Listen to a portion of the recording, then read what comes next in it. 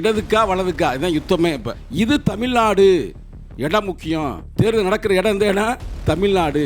இது ஒரு பகுத்தறிவு மண். எஸ்ஐஆரை கொண்டாந்து எப்படியாவது ஆட்டையை போட்டுடலாம் அப்படின்னு நீங்கள் ஒரு முடிவில் இருக்கலாம். பிஜேபி கூட்டணியை அதிமுக தொண்டன் விரும்புகிறானா? ஜெல்வி ஜெயலலிதா அம்மையார் ஒன்று சொன்னால், நான் தெரியாமல் ஒரு தவறு செய்து விட்டேன், நானே கலைத்தேன். அம்மையார் சொன்னாங்களா சொல்லலையா?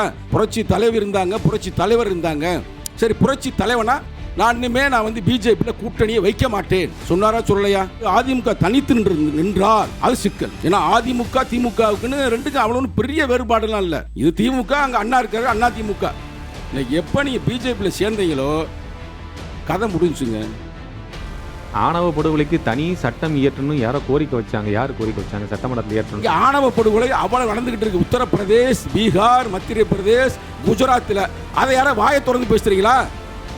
தோழர்களே, அன்பு நண்பர்களே,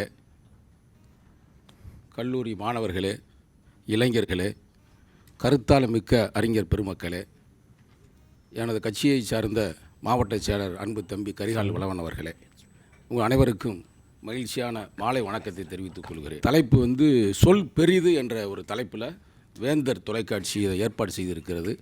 தலைப்பு ரொம்ப அருமையானது. சொல் பெரிது. எங்கள் தலைவருடைய அமைப்பாயத்தில் புத்தகம் படிச்சிருப்பீங்க. அதில் சொல்லுவாப்பில் சொல்லுக்கு ரொம்ப வலிமை இருக்குது. எப்படின்னா, உரையாடல்கள் தொடர்வதும் உறவுகள் வளர்வதும் கையாளும் சொல்லாடலை பொறுத்தே அமைகிறது. சொற்கள் என்பது வெறு உணர்ச்சியின் பிளம்பல் அல்ல, அது பஞ்சபூதங்களின் உணர்ச்சி தெதும்பல் அப்படின்னு சொல்லியிருப்பார். பூமியை போல தாங்கும், நெருப்பை போல எரிக்கும், தண்ணீரை போல தணிக்கும், வானத்தை போல விரியும், தண்ணியை போல தணிக்கும், அதே நேரத்தில் நெருப்பை போல எரிக்கும் சொல்லுவார். அந்த சொல்லுக்கு அவ்வளோ வலிமை இருக்கிறது. இளைஞர்களாகிய நீங்கள் அதை நீங்கள் புரிந்து கொள்ள வேண்டும். இப்போ இஸ்லாமியர்களாக இருக்கிறார்கள் என்றால் அல்லாஹு அக்பர் அப்படின்றது அவர்களுக்கு ஒரு சொல்லாடல், அவர் வாழ்க்கையை உருவாக்கும். அதே இந்திய மக்களாக இருந்தால் ஜெய் பீம் அப்படின்ற மாதிரி ஒரு சொல்லாடல் உருவாக்கும். அந்த சொல்லாடலுக்கு அந்த வலிமை உண்டு என்பதை சொல்லி, அந்த தலைப்பை வைத்த நடுவரோ அல்லது வேந்தர் தொலைக்காட்சி நிறுவனமோ அவர்களுக்கு எனது வாழ்த்துக்களை இளஞ்சிறுத்தை எழுச்சிப்பாய் சார்பாக வாழ்த்துக்களை தெரிவித்துக் கொள்கிறேன். நன்றி நன்றி. தலைப்புக்கு வருவோம். தலைப்பு என்ன தலைப்பு நடுவர் அவர்களே? 2026 உங்களுக்கு சாதகமாக இருக்கா களம், இல்லை சாதகம் ஆயிருச்சா? எப்படி சாதகமாக இருக்கா அப்படின்றாப்புல உட்காந்துருக்க இடத்தையே பாருங்கள், உட்காந்துருக்க சிஸ்டத்தை பாருங்கள். இடது பக்கத்து யார் உட்காந்துருக்கா? உங்களுக்கு இடத்துல வலதுல யார் உட்காந்துருக்கிறா தெரியும் நினைக்கிறேன். அப்போ இடதுக்கா வலதுக்கா இதுதான் யுத்தமே. இப்போ சரிங்களா? ரெண்டுக்கு இல்லாமல் நான் நடுவில் உட்காந்துருக்கேன். நீங்கள் நடுவில் இருக்கலாம். ஆனாலும் கூட இடது தமிழகத்தை பொறுத்த வரைக்கும் எங்கே நடக்குது எலெக்ஷன் அப்படின்னு முக்கியம். பீகார் ஓகே, அதை நம்ம ஒன்றும் சொல்ல முடியாது. பீமா ரூ அப்படின்னு கேள்விப்பட்டீங்களா? படித்த இளைஞர்களே நெட்டில் போட்டு பாருங்கள். பீமா ரூன்னு போடுங்க, வரும். பீமா ரூ என்றாலே இந்தியாவில் மிகவும் பாதிப்பு உள்ள மாநிலங்கள். சங்கத்தமிழ் சொல்ல B for Bihar, R for Rajasthan, U for Uttar Pradesh, M for Madhya Pradesh. இதெல்லாம் தாய்மொழியாக கொண்டது ஹிந்தி. அந்த பெல்ட்டு அங்கே அப்படி இருக்கும்னா யார் ஆட்சி ஆள்கிறார்கள், யார் ஆண்டு கொண்டு இருக்கிறார்கள், யார் வெற்றி பெற்றிருக்கார்கள் உங்களுக்கு தெரியல. அங்கே போகலை. இது தமிழ்நாடு, இடம் முக்கியம். தேர்தல் நடக்கிற இடம் இந்த இடம் தமிழ்நாடு. இது ஒரு பகுத்தறிவு மண். நீ எந்த கட்சியாக இருக்கலாம். ஒரு மனிதநேயமிக்க மண். வள்ளலார் வாழ்ந்த பூமி, தந்தை பெரியார் வாழ்ந்த பூமி, இன்னும் சொல்லப்போனால் தத்துவ கருத்துக்கள் உள்ள பூமி தான் ரெட்டமலை சீனிவாசன், அயோத்தியாச பண்டிதர், இப்படிப்பட்ட தத்துவங்களை இங்கே உருவாக்கி இருக்கிறோம். ஆகையால் இடம் ரொம்ப முக்கியம். இடம் முடிவு பண்ணிருச்சு. தமிழ்நாட்டில் வெற்றி யாருக்கு? திமுக தலைமையிலான கூட்டணிக்கு. இடம் முடிஞ்சு போச்சு. இடத்தை விட இன்னொன்று முக்கியம், சேர்ந்திருக்கிற ஆள் ரொம்ப முக்கியம். இல்லை, வள்ளுவர் சொல்லுவார், நிச்சயம் படிச்சிருப்பேன் திருக்குறள்லாம், வினை வினை, தன்வினை, மாற்றான் வினை, துணைவினை தூக்கி செயல்பார் வள்ளுவன். அப்போ திமுக கூட்டணியில் விடுதலை சிறுத்தைகள் இருக்கிறது, அக்கா ஆரம்பத்தில் இருந்த அந்த கட்சி காங்கிரஸ் இருக்கிறது, கம்யூனிஸ்ட் இருக்கிறது. இப்போ எதுங்க அதை ஞாபகப்படுத்துறீங்க? அக்கா எங்கே இருந்தாலும் நாங்கள் வாழ்த்து தெரிவிப்போம். அவங்க எங்கள் ஒரு மேடையில் கூட எழுச்சி தமிழரை பற்றி பெருமையாக பேசினார். இந்த தருணத்தில் அவங்களுக்கு எனது நன்றியும் தெரிவித்துக் கொள்கிறேன். அப்படிப்பட்ட காங்கிரஸிடம் இருக்கிறது, மதிமுக இருக்கிறது, இன்னும் சொல்லப்போனால் ஜனநாயக சக்தியில் இஸ்லாமிய அமைப்புகளிடம் இருக்கிறது. அப்போ சேர்ந்திருக்கிற அமைப்பு ரொம்ப முக்கியம். இல்லை, காலம் கூட முக்கியம்தான். இப்போ 6 மாதம் டயத்தில் எஸ்ஐஆரை கொண்டாந்து எப்படியாவது ஆட்டையை போட்டுடலாம் அப்படின்னு நீங்கள் ஒரு முடிவில் இருக்கலாம். ஒன்றும் பிரச்சனை இல்லை, நோ ப்ராப்ளம். அதுக்கு நான் வழி சொல்கிறேன். இப்போ எங்கள் கூட்டணியை நான் சொன்னேன், நடுவர் அவர்கள் வருத்தப்படாருன்னா அவங்க பக்கத்து இருக்க கூட்டணியில் அதிமுக யார் யார் இருக்கா சொல்லுங்களேன் கொஞ்சம். எங்கள் கூட்டணி நான் சொல்லிட்டேங்க தோழர், அவங்க சைடில் யார் யார் இருக்காங்க சொல்லுங்களேன் பார்ப்போம். பிஜேபி ரைட்டு, ஓகே, பிஜேபி இருக்குது, நான் அதை மறுக்கலை. பிஜேபி தான் வலிமையாக இருக்கிறது, அதை நான் வந்து ஏற்றுக்கொள்கிறேன். அதிமுக இப்போ ஆசிரியர் கல்யாண சுந்தரம் வந்திருக்கிறாரு, அவர் ஒரு ஆசிரியர், அவர் மனச்சாட்சியை தொட்டு சொல்லுங்க, பிஜேபி கூட்டணியை அதிமுக தொண்டன் விரும்புகிறானா? ஜெல்வி ஜெயலலிதா அம்மையார் ஒன்று சொன்னால், நான் தெரியாமல் ஒரு தவறு செய்து விட்டேன், நானே கலைத்தேன். அம்மையார் சொன்னாங்களா சொல்லலையா? என் வாழ்நாளில் இனிமேல் எந்த காலத்திலையும் நான் கூட்டணி வைக்க மாட்டேன். புரட்சி தலைவிங்க, மறுக்க முடியாது. அதே மாதிரி அந்த அம்மா கடைசி வரைக்கும் வைக்கவில்லை, இதான் வரலாறு.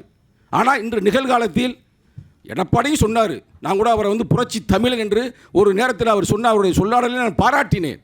புரட்சி தலைவர் இருந்தாங்க, புரட்சி தலைவர் இருந்தாங்க, சரி புரட்சி தலைவனா நான் வந்து பிஜேபியில் கூட்டணியை வைக்க மாட்டேன் சொன்னாரா சொல்லலையா?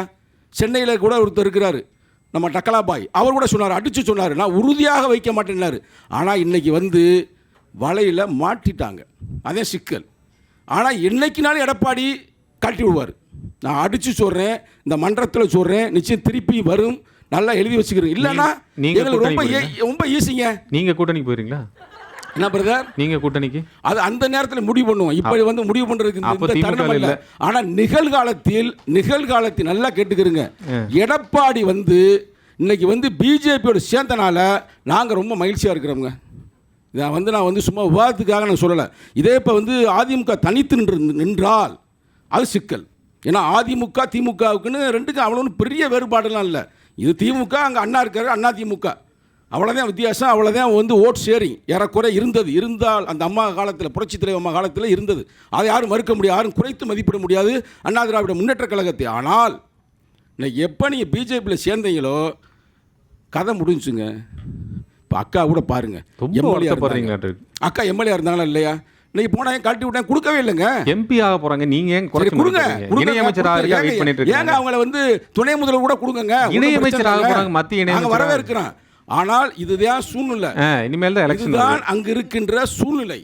வேறு யாராவது சொல்லுங்கள், கூட்டணியில் விஜயகாந்த் அண்ணன் அமைப்பு இருந்துச்சு, இப்போ அந்த அக்கா என்ன சொல்கிறாங்க சொல்லுங்கள் மக்களே, நீங்கள் பார்த்துக்கிறீங்க, நியூஸ் பார்க்குறீங்க. அந்த அக்கா டாட்டா சொல்லிருச்சு, டாட்டா சொல்லிக்கிட்டு இருக்குது. அப்புறம் வேறு யாரும் அவங்கள கூட்டணி யார் இருந்தால் நமக்கே தெரியல. ஆக மொத்தம் இடது பக்கம் வலிமையாக இருக்கிறது. அன்பு தம்பி சீமான் அமைப்பு தனியாக நிற்பது கூட எங்களுக்கு ஒரு மகிழ்ச்சி தான். அவர் தனியாக நிற்பார், அறிவிச்சிட்டார். அவர் கூட இந்த தோழரே வேதாரண்யம் தோழர் நிற்கிறார், வேட்பாளர் ரைட்டு, அவருக்கும் வாழ்த்துக்கள். ஆக மொத்தம் வந்து இடது பக்கம் வலிமையாக இருக்கிறது. நான் வந்து திமுகவில் சில முரண்கள் வரும்பொழுது நான் ஓப்பனாக பேசக்கூடிய ஆள் தான். ஆனால் தமிழகத்தை பொறுத்த வரைக்கும் தளபதி ஸ்டாலின் அவருடைய தலைமையில் இயங்குகின்ற எங்கள் கூட்டணி மிகவும் வலிமையாக இருக்கிறது என்பதற்கு நீங்கள் பார்த்தீங்கன்னா தெரியும். இன்றைக்கி வந்து சனாதானத்தை யார் எதுக்குறா? நீ ஜனநாயகத்திற்காக போராடுவது யார்? இந்தியாவிலே தமிழ்நாடு தாங்க. இந்தியாவிலேயே இன்றைக்கி ஒரு புரட்சிகரமான கருத்துக்களை எங்கே விதைக்கிறோம்? நம்ம மண்ணில் தானே விதைக்கிறோம். நான் ஏதோ போகிற போக்கில் அடிக்கிறேன். அக்காவோட ஒரு கருத்து சொன்னாங்க, அதுக்கு நான் பதில் சொல்ல வேண்டும். அது 2வது ரவுண்டில் கூட சொல்லலாம். ஆனால் இப்போ சொல்ல வேண்டிய பொசிஷன் இருக்குது. எல்லாம் படித்த இளைஞரை யாரை ஏமாற்ற முடியாது, சும்மா அடிச்சு விட்டுலாம் போக முடியாது. உடனே நெட்டில் போட சங்கத்தை பேசுன கரெக்டாக தப்பான்னு நல்லா பாருங்கள். தேசிய ஆணையத்துடைய ரிப்போர்ட் எடுங்க. இந்திய தேசிய ஆணையம் ரிப்போர்ட் கொடுத்துருக்கு. அதில் என்ன கொடுத்துருக்குன்னா, இந்தியாவிலேயே அதிகமான சாதிய கொலைகள், ஆணவ படுகொலைகள், அது மட்டுமல்லாமல் பொருளாதார ரீதியாக வீழ்ச்சி எல்லாம் எந்த பக்கம் நடக்குது? எல்லாமே வட மாநிலங்களில் தான் நடக்குது. ஆனால் தென் மாநிலங்களை பொறுத்த வரைக்கும் நம்ம பேசிக்கொண்டிருக்க இந்த தருணத்தில் கல்லூரியில் படிப்பு எப்படி இருக்குது? தமிழ்நாட்டில் மனசாட்சி தொட்டு சொல்லுங்கள், எத்தனை கல்லூரிகள், எவ்வளோ வந்து நல்ல ப்ரொஃபஷனல் இன்ஜினியர், டாக்டர் எங்கே வர்றாங்க? தமிழ்நாட்டில் தானே. மருத்துவமனைக்கு ஒரு கிட்னி ஃபெயிலியர், ஒரு கார்ட் ஃபெயிலியர்னா உலகத்திலிருந்து எல்லாம் எங்கே வர்றாங்க? சென்னையை நோக்கி வருகிறார்கள்.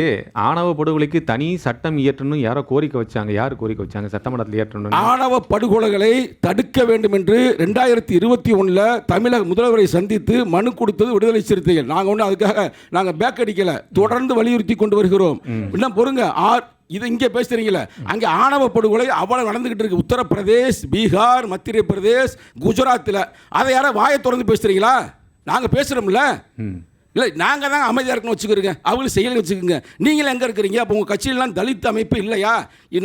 ஒரு கருத்தோடு நான் முடித்துக்கொள்கிறேன். எங்கள் பெண்கள் அதிகமாக இருக்கிறீர்கள். திண்டுக்கல்லில் 2 மாதத்துக்கு முன்னாடி 2 மாதம் 1.5 மாதத்துக்கு முன்னாடி ஒரு ஆணவ படுகொலை நடந்துச்சு தோழர்களே. ரொம்ப முக்கியமான விஷயம், அவர் கேட்டதுக்காக நான் சொல்கிறேன். அவங்க 2 பேருமே தலித் இல்லை. பையன் வந்து தலித் அல்லாத ஒரு சாதி, அந்த பெண்ணும் ஒரு தலித் இல்லாத சாதி. நான் சாதியை சொல்ல விரும்பல. அதில் வந்து ஆணவ படுகொலையில் பையனை கொன்றாங்க. இந்த பெண்மகள் அவனை நம்பி பிடிச்சி ரெண்டும் படித்தவங்க, அந்த பொண்ணை நடு ரோட்டில் விட்டு போகிறாங்க. நடு ரோட்டில் அப்பாவும் ஏற்றுக்கொள்ளவில்லை, மாமனாரும் ஏற்றுக்கொள்ளவில்லை.